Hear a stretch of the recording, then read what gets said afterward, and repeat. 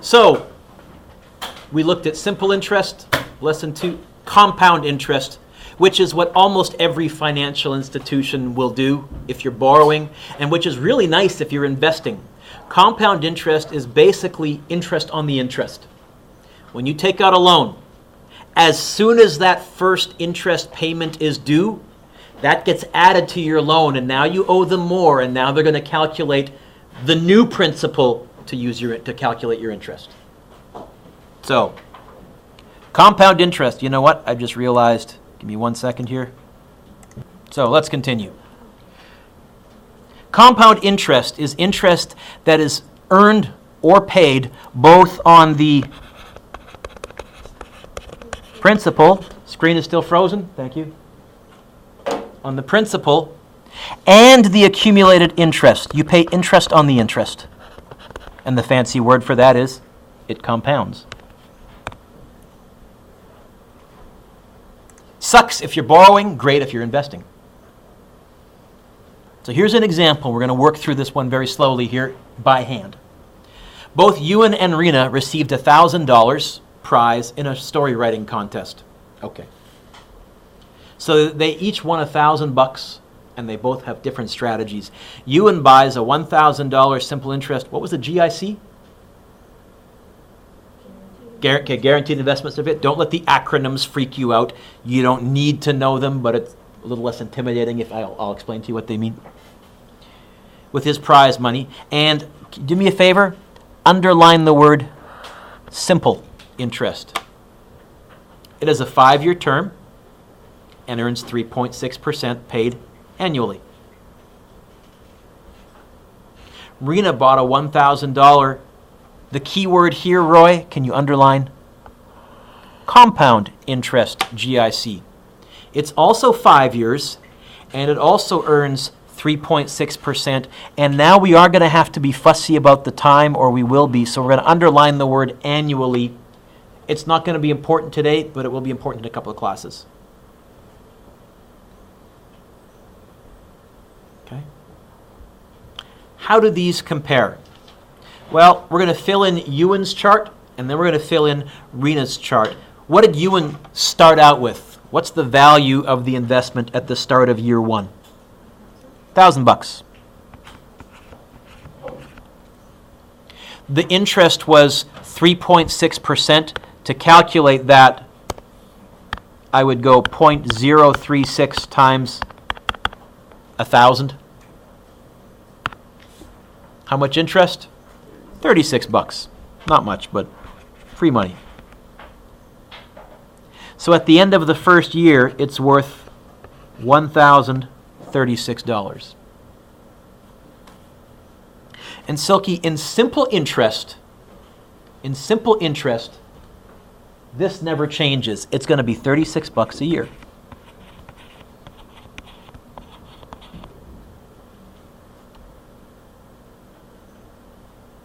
In year 2, he's going to start with $1,036, but he's still earning $36. So he's going to have $1,072. I'm doing the math in my head, but I think that's right, yes? Is that okay, Rosanna? Yeah. Good then. Year 3, he's going to start with $1,072.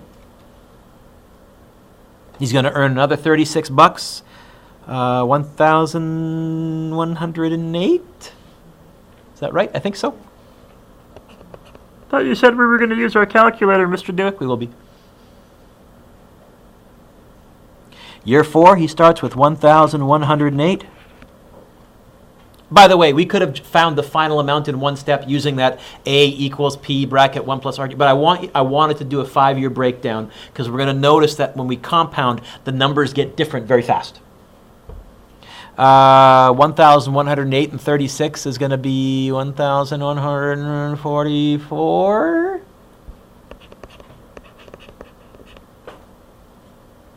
Starting with 1,144. Add another $36 to that. 1,180, I think. Okay.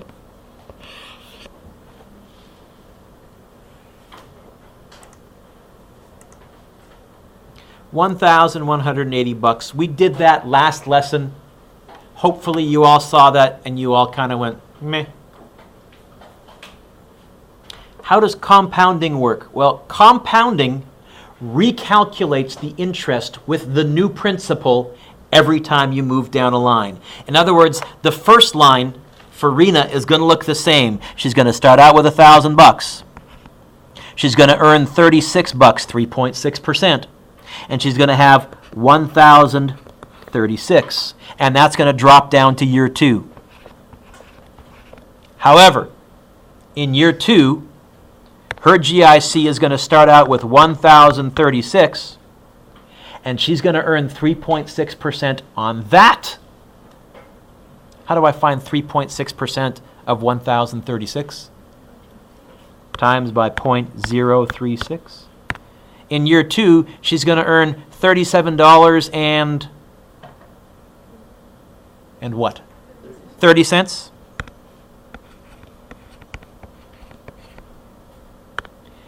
Oh, wrong calculator. I'm used to that one with my other classes. So she's going to have $1,036 plus $37.30. Her new final amount is going to be $1,073.30. 1,000. And you already hopefully have noticed the row is different from row 2 of the previous one. That number, Jordan, is going to drop down.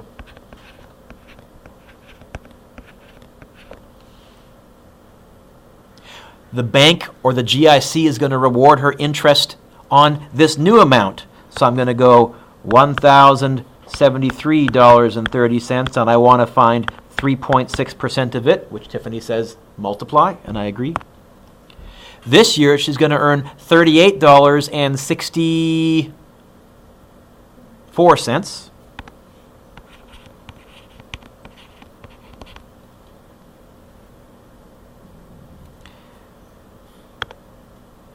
$38.64 plus the original $1,073.30, and you get $11.94.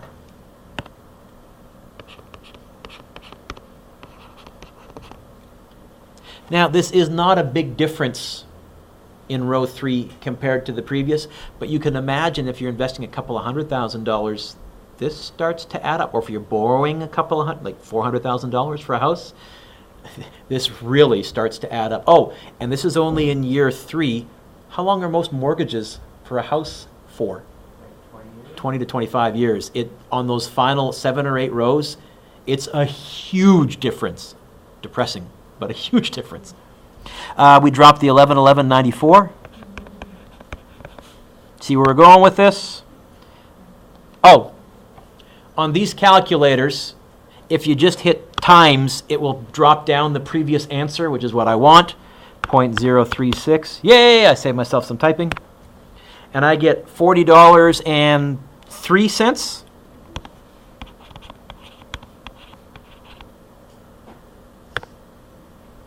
40.03 plus 11.94. 94, Mr. Dueck. Oh. Delete. Oh. Delete. Okay, so when I hit delete, it goes to the left. All right.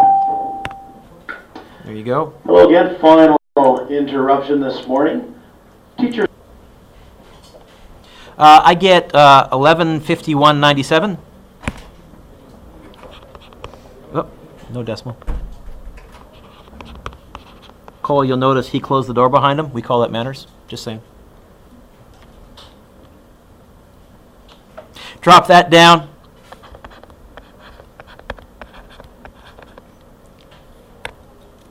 Multiply that by 0.036. $41.47.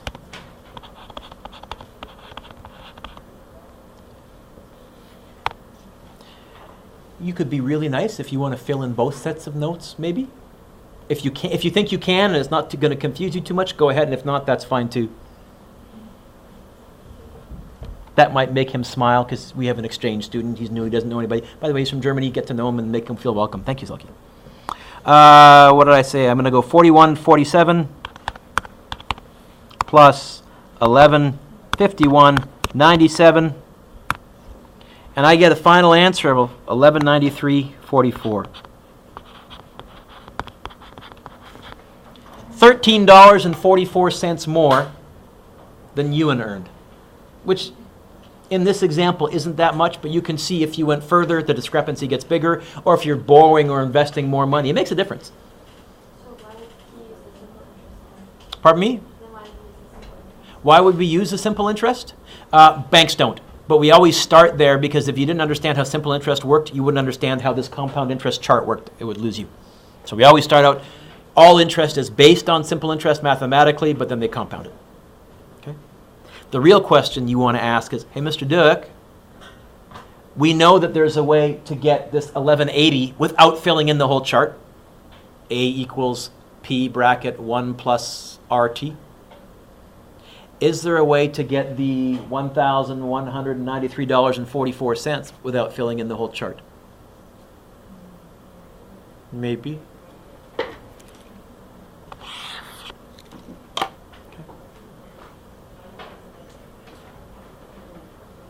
Turn the page.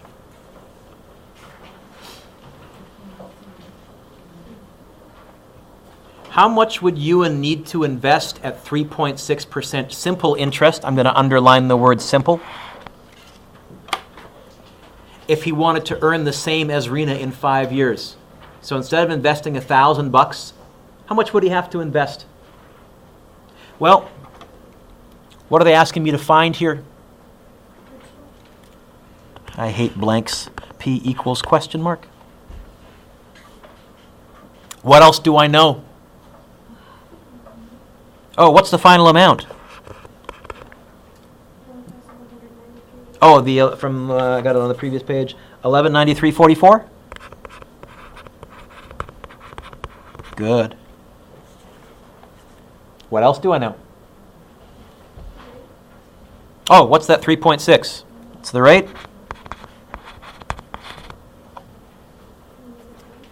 And the time is 5. This is almost identical to a question that was asked earlier. I think this is good practice. I think I can use the A equals P bracket 1 plus RT, where A is 1193.44. I don't know the principal. 1 plus 0.036 times 5. Rachel, see the bracket? Are there any variables in the bracket? Oh, so we can just crunch that really quickly and actually do bed mass, which says do brackets first? Okay, so 1 plus 0.036 times 5. Oh, 1.18, yes? Someone double check me, yeah? So this is going to be 1193.44, drops down like a domino.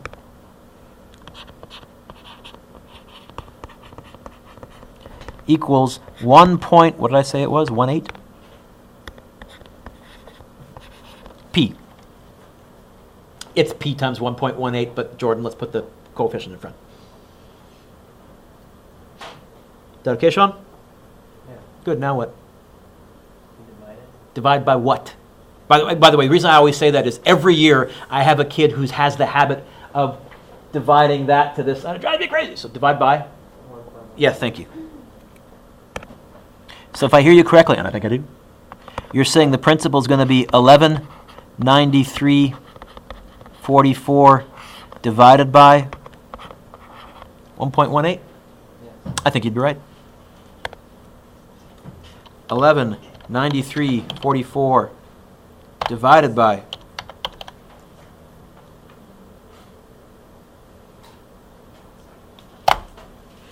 you get $1,011.39. 1011.39.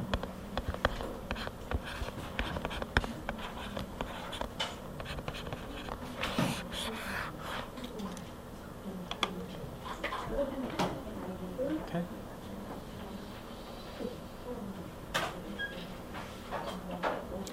What's your homework? Well, I got a little sheet for you, so hang on. Your homework is to do numbers 1, 2, and 3, but because it really helps to have an organized chart, I would say do them on the sheet that I just handed you. You don't have to, but trust me, for compound interest, until you learn the shortcut, which I will show you Monday, it helps to have a nice organized chart. And what I would also do is every 3 or 4 calculations, check with your neighbor to make sure you haven't made a sloppy mistake or something like that, because otherwise it's going to domino through the rest of your chart. Everything else is wrong. Or you might just want to say, do the homework in pencil and expect that you'll make a calculator mistake somewhere along the way. It's not much homework. You'll probably be able to finish it in about 15 minutes. I'm not going to give you more homework to shut you up. I think that's good enough practice. So if you get it done, no homework for a nice sunny weekend.